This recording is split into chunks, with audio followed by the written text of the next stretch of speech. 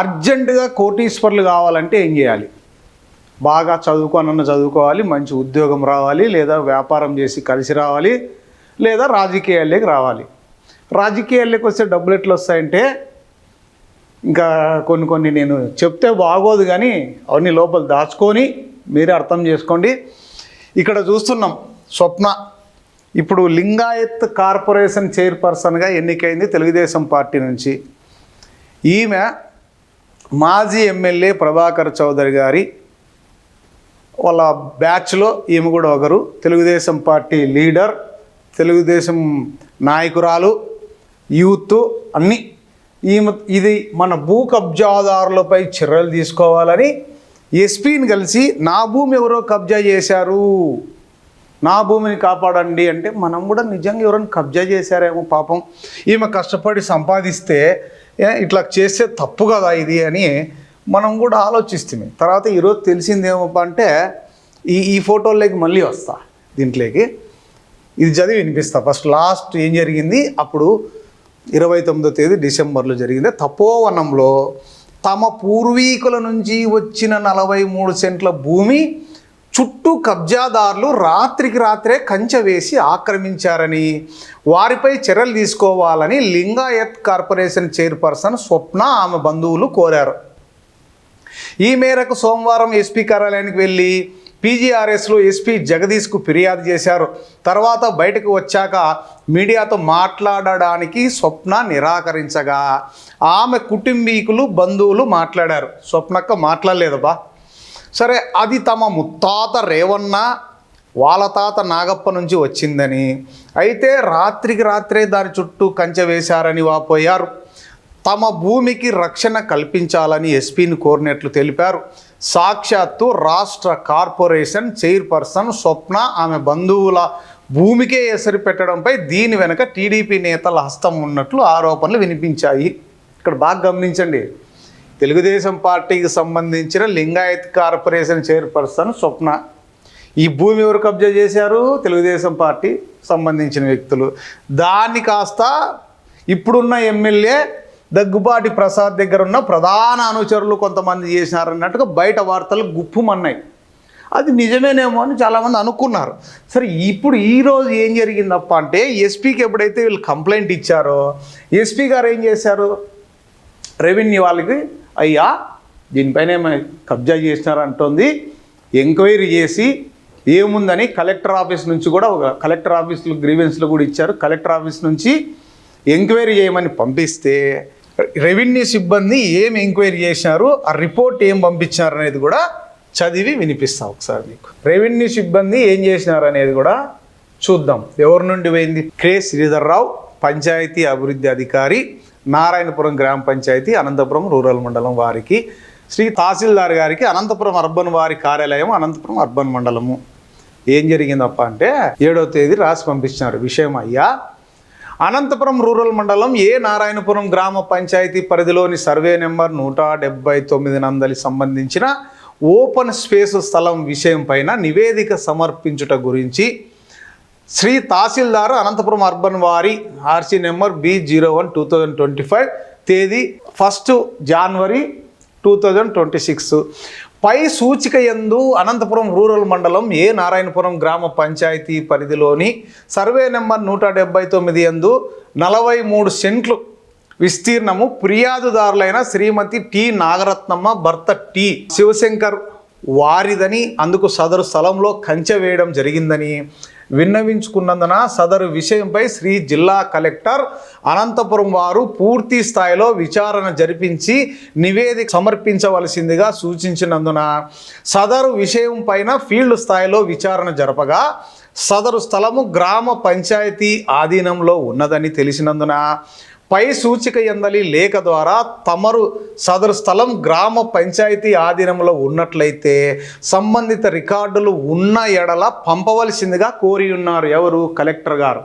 ఒకవేళ అది స్వప్నాదైతే స్వప్నకు సంబంధించిన డాక్యుమెంట్స్ పంపించండి, లేదు అది ఏదన్నా ప్రభుత్వ స్థలమో పంచాయతీ స్థలం అయితే దాని డాక్యుమెంట్లు ఏమున్నాయో నాకు పంపించమని కలెక్టర్ గారు అడిగారు. అడిగితే ప్రస్తుతం సదరు స్థలం విషయంపై కార్యాలయంలో లభ్యమైన రికార్డుల మేరకు సమర్పించున్నది ఏమనగా అనంతపురం అర్బన్ మండల పరిధిలోని నారాయణపురం గ్రామ పంచాయతీ పరిధిలో గల సర్వే నెంబర్ 179 దాని పార్ట్ యందు మరియు 179 మరియు 188/2 రెండు అక్రమ లేఅవుట్లు కలవు. ఇక్కడ ఒకటి కాదు, 179 188/2లో రెండు అక్రమ లేఅవుట్లు. అంటే ఆ లేఅవుట్లు ఏ పర్మిషను లేవు, ఏమీ లేవు, అది పంచాయతీది. ఇందులో 179 పార్ట్ ఎందలి అక్రమ లేఅవుట్ యొక్క ప్లాన్ ప్రకారం ఓపెన్ స్పేసు చూపించడం జరిగింది. మామూలుగా ప్లాట్లు వేస్తే ఏం చేస్తారు, పంచాయతీకి కొంచెం వదిలేస్తారు స్థలం, లేదా మున్సిపాల్ సంబంధించి మున్సిపాల్కి స్పేసు, పార్కుకు దానికి సంబంధించిన స్థలం వదులుతారు. సో ఆ లేఅవుటే అక్రమం, దాంట్లో కొంచెం స్పేస్ వదిలేసినారు. ఆ స్పేసు ఇది చూడండి అయితే విస్తీర్ణం స్పష్టంగా లేదంట, ఎంత ఉంది ఏమనేది. ఓపెన్ స్పేస్ అయితే చూపించారు, విస్తీర్ణం స్పష్టంగా లేదు. కానీ సదరు స్థలం నందు ఎటువంటి ప్లాట్లు లేకుండా మొత్తం ఖాళీ స్థలంతో ఓపెన్ స్పేస్ కింద గ్రామ పంచాయతీ ఆధీనంలో మొదటి నుండి ఉన్నట్లు తెలియచున్నది. అంతేగాక సదరు సర్వే నెంబర్ 179 అందలి ఓపెన్ స్పేస్ విషయంపై స్థల వివాదములు జరిగినట్లుగా గ్రామ పంచాయతీ యందు ఎటువంటి దాఖలాలు లేవు. ఇంతవరకు దాని మీద ఎవరే కానీ ఇది నాది, ఇంకోటిదని ఏ తకరారులు కూడా జరగలేదు. అది పూర్తిగా పంచాయతీకి సంబంధించింది అని చెప్తున్నారు వీళ్ళు. కావున ఈ ఓపెన్ స్పేస్ స్థలం ఎన్నో సంవత్సరాలుగా గ్రామ పంచాయతీ ఆధీనంలో ఉన్నదని ఈ సందర్భంగా తమకు తెలియజేసుకుంటూ గ్రామ పంచాయతీ కార్యాలయంలో అందుబాటులో గల రికార్డులను ఇందు వెంట జతపరుచు తమ తదుపరి చర్యల నిమిత్తం నివేదిక సమర్పించడం అయినది. తమ విశ్వసనీయ పంచాయతీ అభివృద్ధి అధికారి నారాయణపురం గ్రామ పంచాయతీ అనంతపురము. ఇది ఎటువంటి ఇది వేసింది లేఅవుట్లో అక్రమం, ఆ లేఅవుట్లో ఓపెన్ స్పేసు పంచాయతీకి సంబంధించింది, దాని మీద ఇంతకుముందు ఏ తకరారులు లేవు. అది ఇప్పటి వరకు గ్రామ పంచాయతీల ఆధీనంలోనే ఓపెన్ స్పేస్గా ఉండిపోయింది. ఆ స్థలము నాది అని చెప్పేసి మా తాతలు అంటే నాకు తెలియక అడుగుతాను, మా తాత ఉన్నప్పుడే అనంతపురం, నాకు బుద్ధి వచ్చినప్పుడు ఆ ఏరియా అంతా కూడా ప్లాట్లు గీట్లు లేవు, అవన్నీ చెట్లు అవన్నీ ఉండే. ఎంతెందుకు మా నాన్న త్రివేణి టాకీస్ దగ్గర 1/2 ఎకరా కొనాలని వచ్చిందంట. త్రివేణి టాకీస్ పక్కన వంక అంతా ఉంటే వంక ఎందుకు మనకని ఎర్రగడ్డలు అమ్మింటే 300 రూపాయలకి. అంటే తాతలు అంటే వీళ్ళు బై బర్త్ కంటే కూడా వాళ్ళ తాతదే ఈ ఊరేనా అని నాకు డౌట్ వస్తూ ఉంది. తాతలు అంటే ఇంకా ఎప్పుడో పుట్టుక అంటే వాళ్ళ తాతలు కూడా అనంతపురంలో పుట్టిండాలా. సో దీని గురించి కూడా వంశవృక్షం తీస్తే తెలుస్తుంది కదా, ఏ ఊరు నుంచి వచ్చారు. నాకు తెలిసి 90% పీపుల్ అనంతపురంలో ఉన్న వాళ్ళు ఇప్పుడు విలేజ్ నుంచి వచ్చిన వాళ్ళే, ఓ 10% మాత్రం ఇక్కడ ఉన్న వాళ్ళు ఉన్నారు. సో మరి ఈ విధంగా పంచాయతీకి సంబంధించిన ఆస్తులు, మున్సిపాలిటీకి సంబంధించిన ఆస్తులు ఈ విధంగా అన్నీ కొట్టేసుకుంటూ పోతే ఇంకా రక్షణ ఏది అంటే, బాగా డబ్బు సంపాదించాలంటే రాజకీయాల్లోకి రావాలి, అంతే కదా. రాజకీయాల్లోకి వస్తే డబ్బులు బాగా సంపాదించవచ్చు. సో మనం కూడా ఎవరన్నా మన పిల్లలు ఉంటే మనం చదివేకోకుండా రాజకీయాల్లోకి పంపించేస్తే ఏడన్నా గవర్నమెంట్ ఆస్తులు ఏమన్నా ఉంటే కబ్జా చేసి వేసుకుంటే బాగుంటుంది. ఇప్పుడు నాకున్న అనుమానం ఏంటంటే, గతంలో మున్సిపాలిటీ కావచ్చు, పంచాయతీల్లో కావచ్చు, ఇక్కడ ఇంతమంది ఉన్నారు, వీళ్ళందరి పేర్లతో నిజంగా ఏమన్నా ఉన్నాయేమో ఎంక్వైరీ చేయాలబ్బా, డౌట్ వస్తుంది నాకు. వీళ్ళే కాదు, వైఎస్ఆర్సీపీలో ఉన్న మహిళా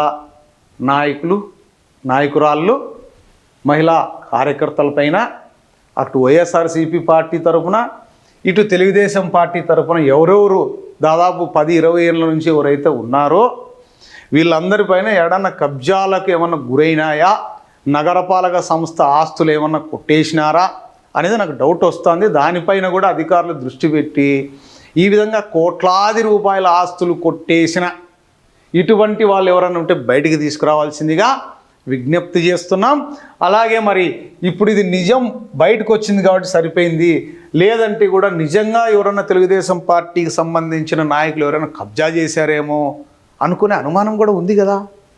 మరి దీనిపైన అధికారులు నిగ్గు తేల్చారు కాబట్టి సరిపోయింది, లేకపోతే ఇది కథ. ఏది ఏమైనా ఇంకా వీళ్ళ పేర్లతో ఏమన్నా ఆస్తులు ఉన్నాయేమో, వీళ్ళందరి పేర్లతో ఏమైనా ఉన్నాయేమో చూడాలా. వీళ్ళే కాదు మరి అనంత వెంకటరామరెడ్డి వెంట ఉన్న మహిళా నాయకురాళ్ళకు కూడా ఏమైనా ఎడన్నా ఈ కబ్జాదారులో వాటా ఉందేమో ఒకసారి మరి అధికారులు ఎంక్వైరీ చేస్తే బాగుంటుందని ఈ సందర్భంగా తెలియజేస్తున్నాము.